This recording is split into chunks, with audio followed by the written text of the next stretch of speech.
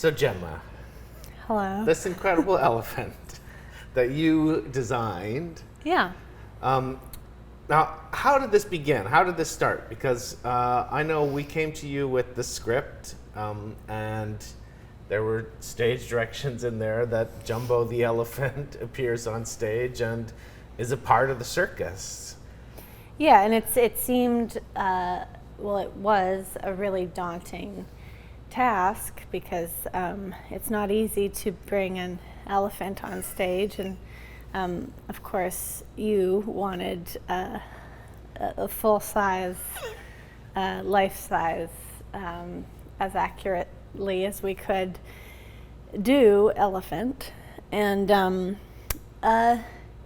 so once you made it clear that there was no going back or veering away from building an elephant, then I just started looking up different kinds of ways to possibly make that happen. And you spend a lot of time looking at elephants too, right? Watching videos of elephants and how they move. And Yeah, looking at real elephants and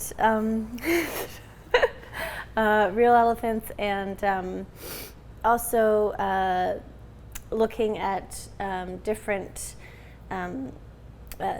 puppet designs from around the world and seeing what seems to work best and what is possible for us to do with the time that we had and the budget that we had. And one of the first things you talked to me about was actually the ears. That Yeah. you felt that the ears are really a cornerstone of the expression of the elephant. well, the ears, yeah, the ears, to me, from the videos I watched and from what I saw, it seemed to be like a really important part of making the elephant express emotions or seem like, as a puppet, seem alive. Yeah, and one of those challenges too was we knew that going into this show, so the show is full of circus performers. So there's clowns, there's Yeah. stilt walkers, there's unicycle, there's aerialists, and then at the same time, we need people from that core of artists to be animating the elephant. So it had to be pretty simple to operate too.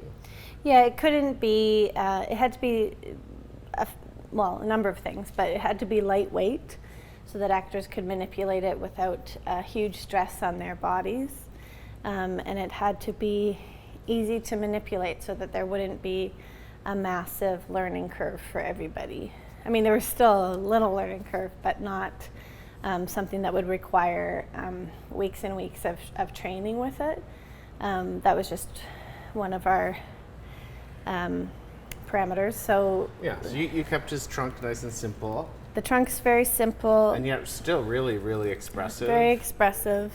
He And his ears. and his ears do move, and he is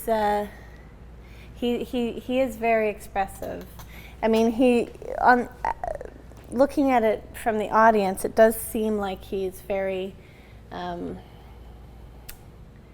I don't want to say the word simple, because it was very complicated to put together, but I did want it to look simple, like a simple design. So it seems simple. It's actually quite complicated, but it's not overly intricate in its manipulation or anything like that. Just two more things. Can you talk to me about the tusks? Yeah, so Jumbo, the real Jumbo, ground his tusks, his big beautiful tusks, down in captivity, and that's something that was very important in portraying him. So the whole puppet is very lightweight. These are made of rolled up cardboard, and his whole skin is made of burlap, stiffened burlap with twine and paint, and his skeletal system is made of ABS pipe. So it's all surprisingly light. Especially for a 10-foot tall, 16 Yes, foot he's long very- elephant puppet. He's very big. Yeah. Yeah. Yeah. And his eye, that's the last thing. Can you just talk about his eyes a little bit? A lot of people have been talking about how magnetic his eyes are, how expressive they are.